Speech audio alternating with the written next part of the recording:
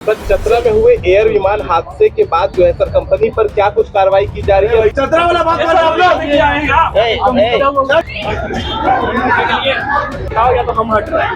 लोग। उनके समर्थकों द्वारा मुझे बेरहमी से पीटा गया, पत्रकार के साथ अभद्र भाषा का प्रयोग किया गया, मेरे को गट्टा दबाया, मेरा बहुत अंदरूनी चोट हुआ, माथा में मारा गया, प्राइवेट पार्ट में भी मार गया।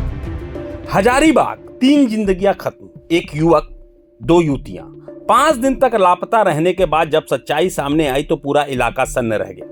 मामला गंभीर था, इसलिए सरकार भी हरकत में आई और राज्य के स्वास्थ्य मंत्री इरफान अंसारी मौके पर पहुंचे। बैठक हुई, पीड़ित परिवारों से मुलाकात हुई और वहीं भरोसा दिया गया कि दोषियों को बख्शा नहीं जाएगा। लेकिन असली कहानी इन बयानों में नहीं बल्कि उस एक पल में छिपी है जब कैमरे चल रहे थे और सिस्टम की असली तस्वीर सामने आ रही थी।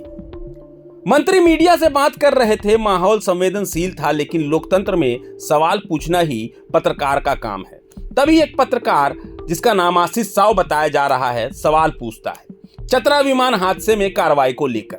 सवाल असहज हो सकता है, लेकिन असहज सवाल ही असली जवाब निकलवाते हैं। सर, चतरा में हुए एयर विमान हादसे के बाद जो है सर कंपनी पर क्या कुछ कार्रवाई की जा रही है? परिजनों को मुआवजे को लेकर क्या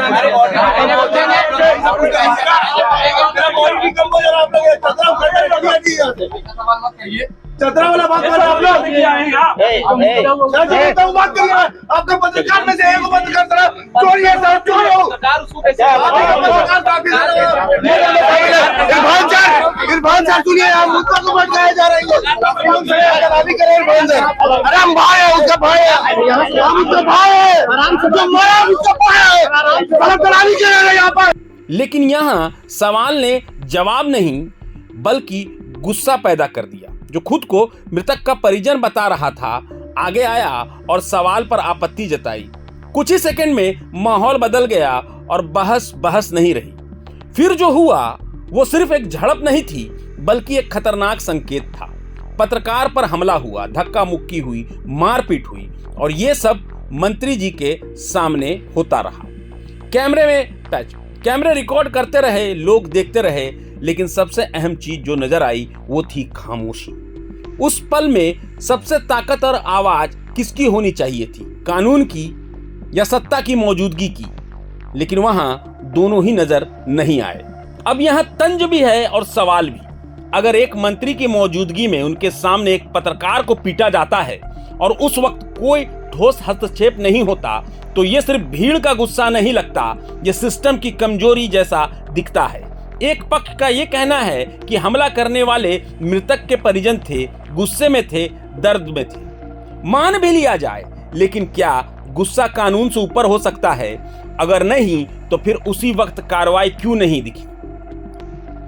यहीं से सबसे बड़ा सवाल खड़ा होता है, क्या इस घटना पर कार्रवाई होगी? और अगर होगी तो कब होगी? और अगर नहीं होगी तो क्या यह मान लिया जाए कि उस भीड़ को किसी न किसी तरह से हौसला था? क्योंकि आम हालात में किसी मंत्री के सामने कोई इस तरह हाथ उठाने से पहले 10 बार सोचता है, लेकिन यहाँ हाथ उठे और लाद भी उठे और चलते रहे। मेरे साथ मारपीट हुआ, मेरे को गट्टा दबाया, मेरा बहुत अंदरूनी चोट हुआ, माथा में मारा गया, प्राइवेट पार्ट में भी मार गया, उसे भी चोट मिला। बहुत लोगों को बदसलूकी किया गया जो नहीं करना चाहिए। हम लोग तो पत्रकार, हम लोग देश के लिए काम करते हैं, फोर्थ पिलर देश का काम के लिए हम लोग जानते हैं। लेकिन क्या गुहार लगा रहे हैं? भाई गुहार ये लगा रहे हैं कि जो भी पत्रकार के साथ है, हम लोग के साथी के लोग साथ हुआ है, एक घटना का अंजाम जो दिया गया है, प्रशासन के रहते हुए बीच में इन लोग का मनसूबा जो बढ़ गया है, उन लोग तुरंत के तुरंत उन्हें गिरफ्तार करके सलाखों के पीछे भेजने का काम करे। नहीं तो मैं जंतर मंतर में दिल्ली में जाके मैं धरना पे बैठूंगा और वहां पे आंदोलन रद्द करूंगा। आखिर में बात सिर्फ पत्रकार की नहीं, बात उस सिस्टम की है जो एक तरफ न्याय का भरोसा देता है और दूसरी तरफ उसी के सामने सवाल पूछने वाले को सुरक्षा नहीं दे पाता। अगर यह खामोशी यूं ही बनी रही तो कल सवाल पूछने से पहले हर कोई सोचेगा और जब सवाल रुक जाएंगे तो जवाब भी अपने आप खत्म हो जाएगा और तब न्याय सिर्फ एक शब्द रह जाएगा, हकीकत नहीं। कोई ऐसा काम हो, मारपीट करने वाला काम हो तो मारपीट हो सकता है कि हो जाता है, लेकिन ये तो सवाल पूछने पर हुआ और सवाल वाजिब था। इसका मतलब सवाल था उनका कि एयर एम्बुलेंस के मामले में क्या हुआ, तो उनका भड़कना उनके समर्थकों द्वारा रिपोर्टर्स के साथ मारपीट करना, मतलब ये तो संदेह बताता है कि उस एयर एम्बुलेंस के संचालक से आपका कोई रिश्ता है। जरूर वो रिश्ता है, तभी आप इतना भड़क रहे हैं। अन्यथा जो दुर्घटना हुई है, दुर्घटना पर कोई सवाल पूछे इसमें भड़कने की क्या बात है, जवाब देना चाहिए। ये बताता है कि एयर एम्बुलेंस का संचालक मंत्री इरफान अंसारी के कोई न कोई रिश्ता है, रिश्तेदार है या उपकृत हुए हैं, तो जिससे आप पैसा लीजिएगा, उपकृत होइएगा, उसके बारे में सवाल किया जाएगा तो आपको गुस्सा आएगा। उसी का हम लोग पहुंचे। अब हजारीबाग के पत्रकार के साथ मारपीट हुई, इसमें आप क्या बोलेंगे, मतलब अब इस पे क्या आगे कार्रवाई होगी या फिर क्या बोलेंगे?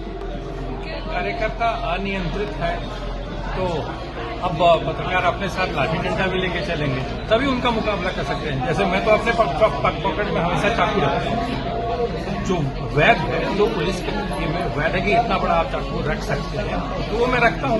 वो अपनी सेफ्टी के लिए, मालूम है कि जो सामने पुलिस वाले हैं वहाँ तो पूरी पुलिस भरी हुई थी, उसके बाद भी मारपीट हुई। इरफान अंसारी के समर्थकों के द्वारा इस तरह की पत्रकार के साथ मारपीट की घटना हो जाती है और प्रशासन मुक्त दर्शक बनी भी, क्या कहें? प्रशासन के पुलिस वाले थे तो वो सिर्फ उनके जो अंगरक्षक थे उनका काम था इरफान अंसारी को बताना, लेकिन और भी पुलिसकर्मी थे, जिला पुलिस बल के जवान थे, इस मामले को रोक सकते थे। यानी अब अपनी सुरक्षा हम लोगों को अपने करनी पड़ेगी। आप अपने साथ डंडा रखें, लाठी रखें, और हम लोग एसपी को लिख के भी देंगे कि देखिए आपका पुलिस बल हम लोग को उनकी उपस्थिति में हम लोग के साथ मारपीट हो जाती है, तो अब हम लोगों को या तो रिवॉल्वर का लाइसेंस दे दीजिए या फिर डंडा लाठी रखने का अनुमति दे दीजिए, हम लोग अपने साथ रखेंगे, अपना मामला हम लोग खुद निपट लेंगे। आपके पुलिस की हमको जरूरत नहीं है। जब आपकी पुलिस की उपस्थिति में ऐसी बात होती है तो हम लोग अपने निपट लेंगे। प्रभातखबर.com, विश्वास वही, रफ्तार नहीं।